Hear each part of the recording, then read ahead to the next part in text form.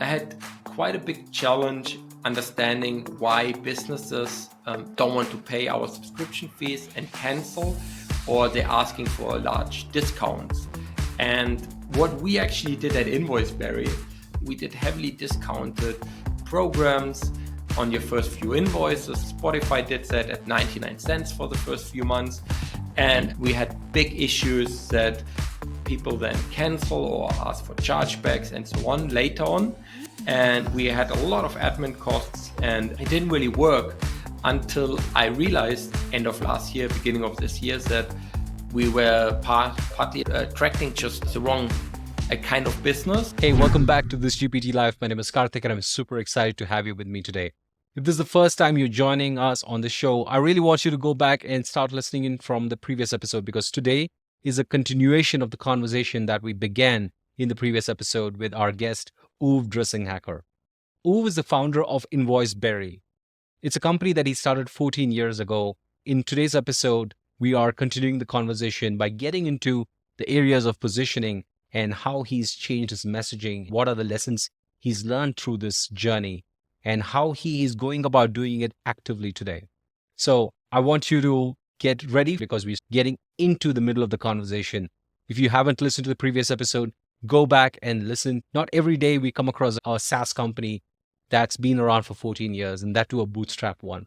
Let's jump straight in and continue this conversation that I had with Uwe. How do you spell out your USP today? I still believe in the simplicity of InvoiceBerry. We tend to not look at competitors, we just do our own thing, but based on a few things. So one is also quite nice statistic, 8 out of 10 cancellations. As the reason is that the customer retires. So something that we can't really deal with. They want to retire or they close down their business.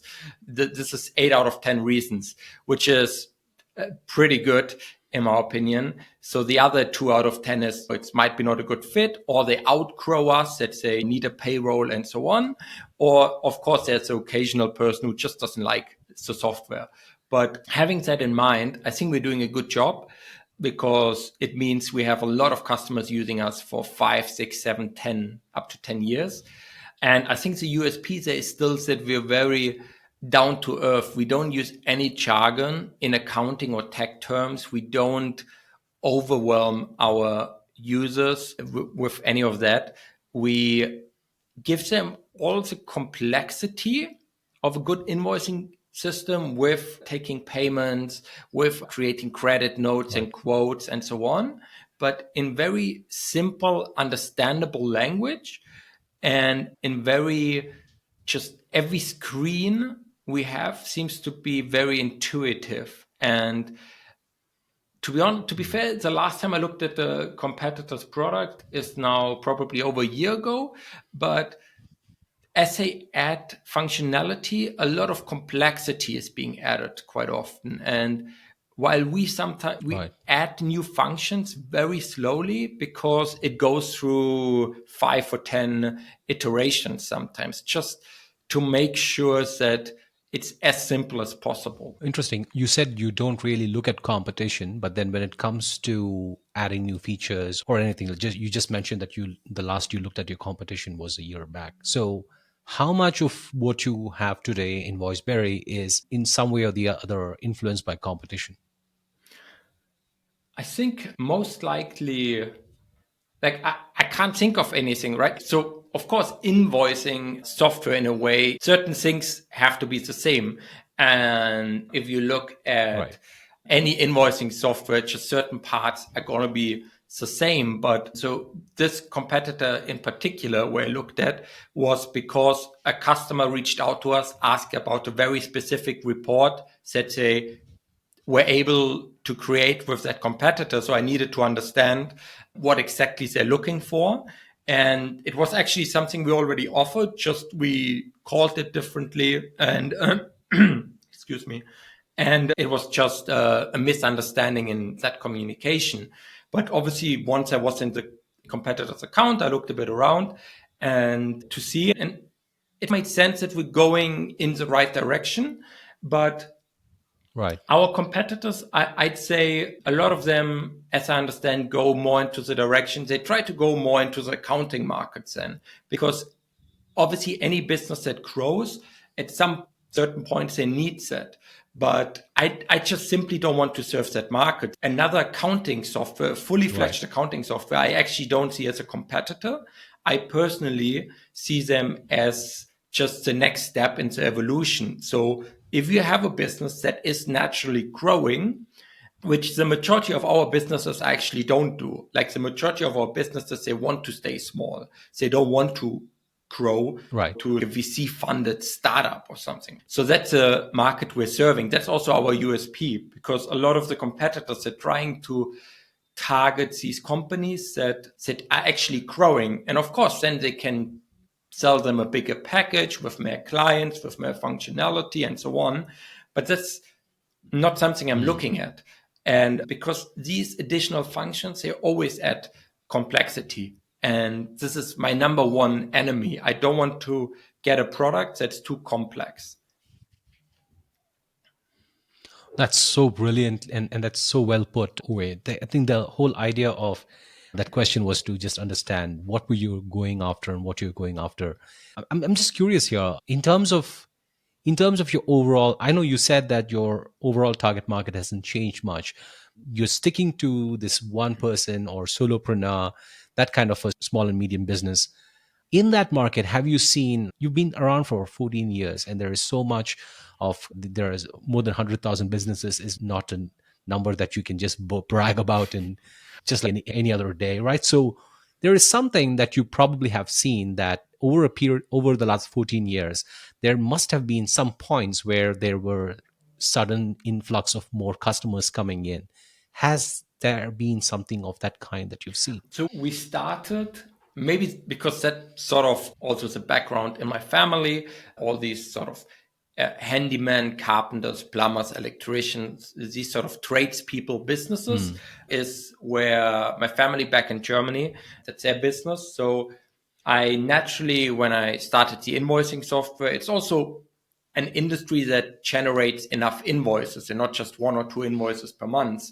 So naturally, I started marketing in this area, and we had a lot of plumbing businesses, electricians, and so on using the software. Then over time, and those are mid-sized businesses, 1 to 10 people.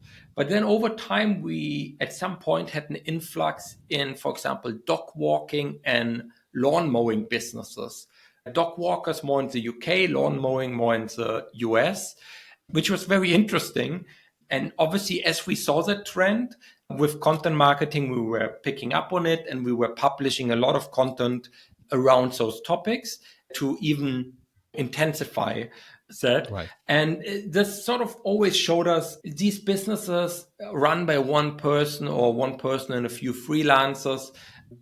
They're very time poor. They don't have time to create their invoices.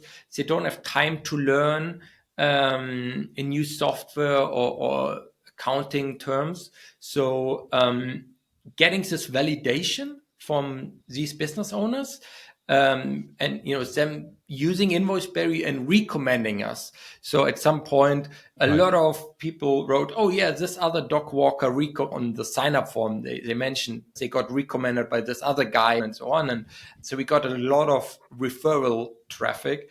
And yeah, in recent times, we have the same happening with more digital businesses. For example, course businesses, coaching, mentors, consulting, and so on, which are digital.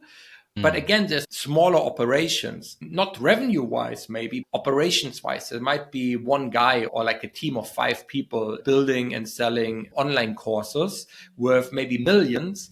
But in the back end, they're using InvoiceBerry for the invoicing, for the taking payments, maybe taking multiple payments if they have payment plans and so on. So while it technically comparing a dog walker to an online course creator sounds crazy, but a lot of the operations and a lot of their character is quite similar, that they're probably pretty time poor, that they have a million hats on at the same time because they're building the courses, but they're also maybe building the funnels for them and the marketing and so on. And they still have to set up some sort of system to take the payments or to send out the invoices. So yes, our customer base moved more digital, but in a nutshell, they still feel very similar to 14 years ago. The whole idea that you have a dog walker and a digital info product creator as customers might have put you into positions where you had to make decisions which were favoring one over the other, perhaps. Have there been times in the past where you've had to just put down a feature because it was just not the right fit for your product? To be honest, we get a lot of feature requests, of course. And one thing I learned from Basecamp, following some of their ideas, is to first always say no and not to just jump on every request. Oh, it's an amazing request, we're going to do it. But because this is how a product gets very clunky. And I have experience in the ad tech industry with that, where we just agreed on everything. And in the end, our product just became this famous car of Homer Simpson with like way too many things on them. So at InvoiceBerry, I always said no to everything. And we're going to put it on the list and we're going to discuss it in the team. And those are the sort of replies customers would get. And if it's on the list, it doesn't mean anything because the list has maybe 1,000 items. And only if something is being requested multiple times, we actually look at it in a more serious way. Unless it's really a no-brainer, right? Like I instantly love the idea and think it really makes sense. And my gut feeling tells me this is needed.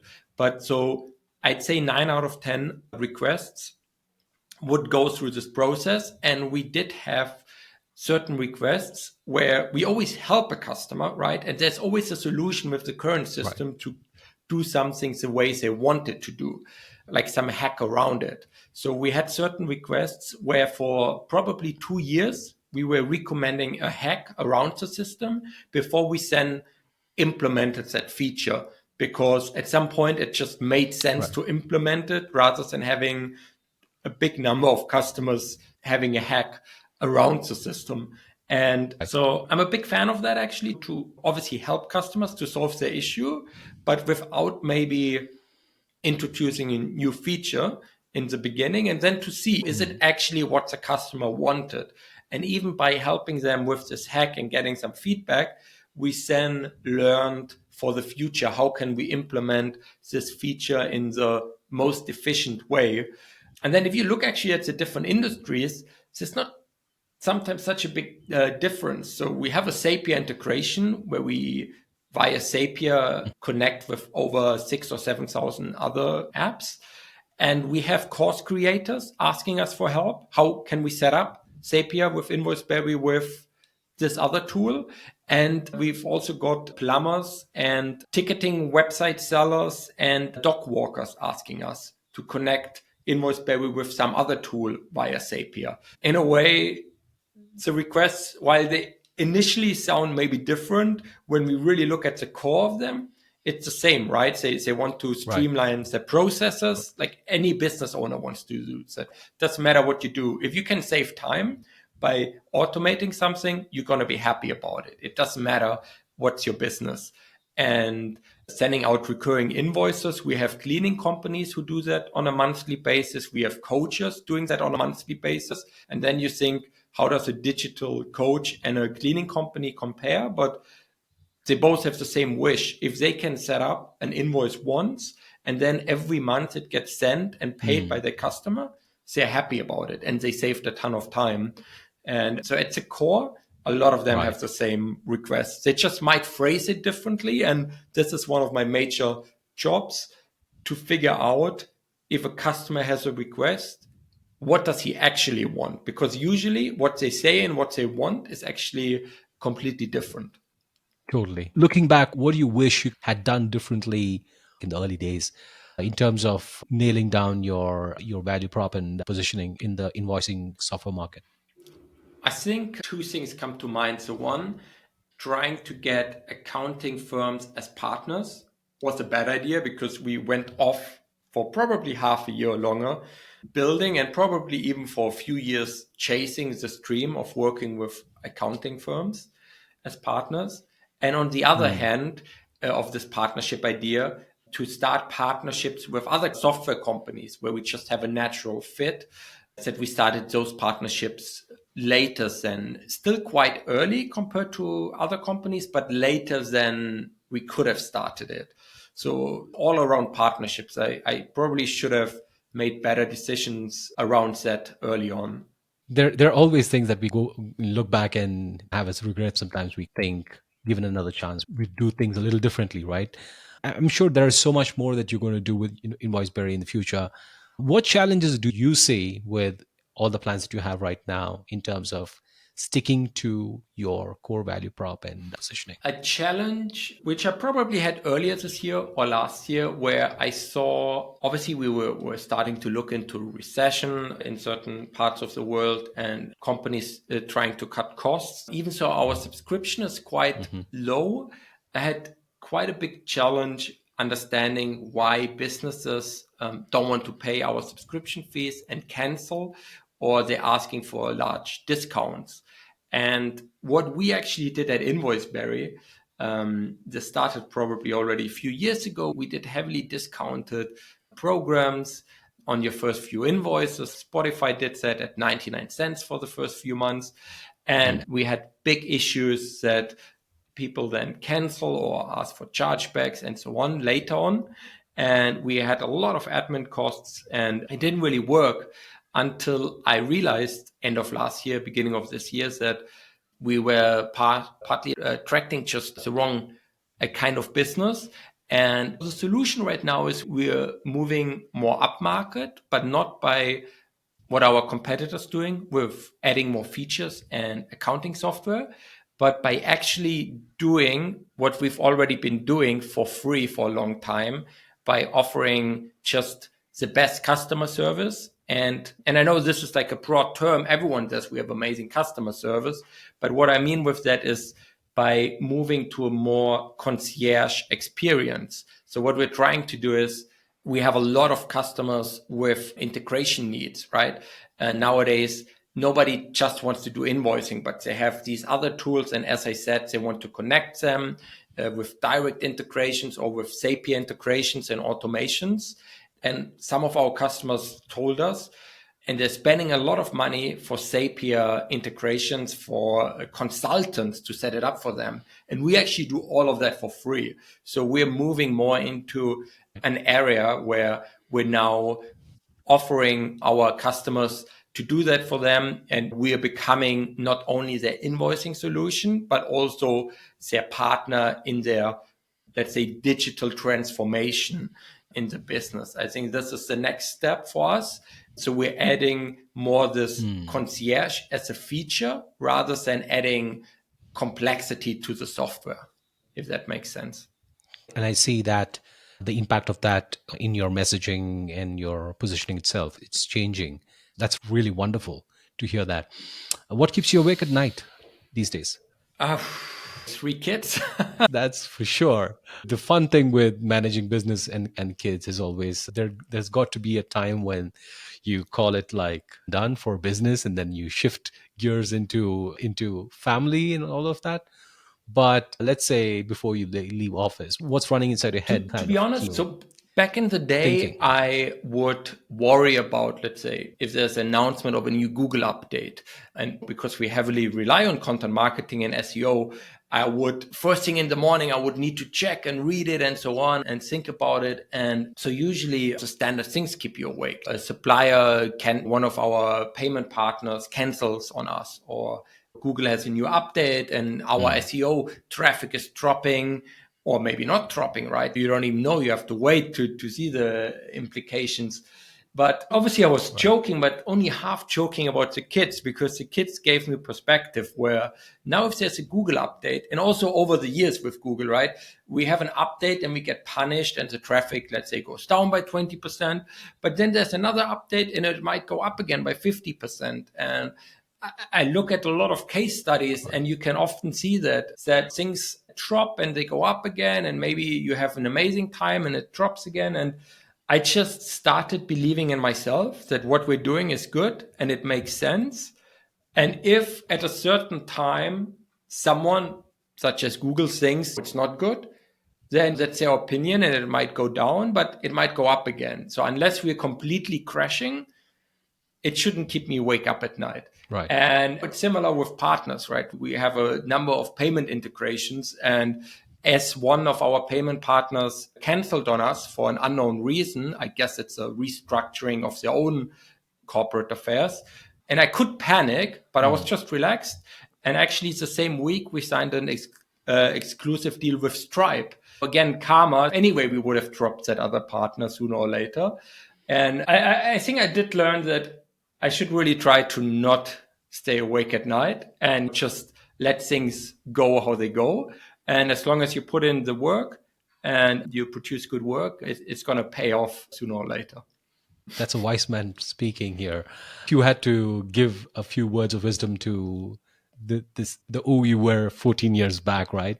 About sticking to your vision, sticking to your core value prop with what you're creating, what would that advice be with all that you've learned today? I think stress less, filter more. What, like the advice you get, filter it better and not just run in all the direction. So focus and ship faster. This is obviously movement in software development to just get it out. And I'm a perfectionist and I don't like to ship things that are not working or don't look beautiful.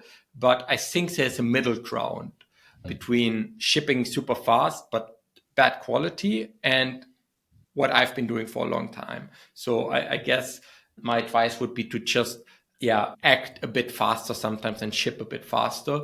And all of this sort of connects with, if you focus, if you don't listen to every advice and you don't worry about, but this customer said this is bad and he's going to leave me, but just to stick a bit more to my own conviction, I believe that would have been helpful, and it would have solved some pain and some struggles, and it probably would have up like a few things. Wonderful. I think this has been a fun conversation. I just have 5 questions for you. This is a fun segment. I just want to, I enjoy doing this. Let's see how this goes with you. 5 questions, and I call it founder facts. And just let me know what comes from the top of your mind. Don't think too much about it. So first off, do you see yourself as an extrovert or an introvert? Introvert. What's your favorite way to generate leads? Some funky growth hacks. What's your personal USP? Being a jack of all trades and combining finance, marketing, and tech knowledge. What do you struggle with the most? Focus and energy management. Who's someone who inspires you? I think Jason Fried from Basecamp. This has been a wonderful conversation. I think I'm so happy that we connected and we could actually schedule this time to get on this call. Thank you so much for being with us and sharing everything that you had to share with thanks a lot for having me on the call. I really appreciate it, and really looking forward to the podcast.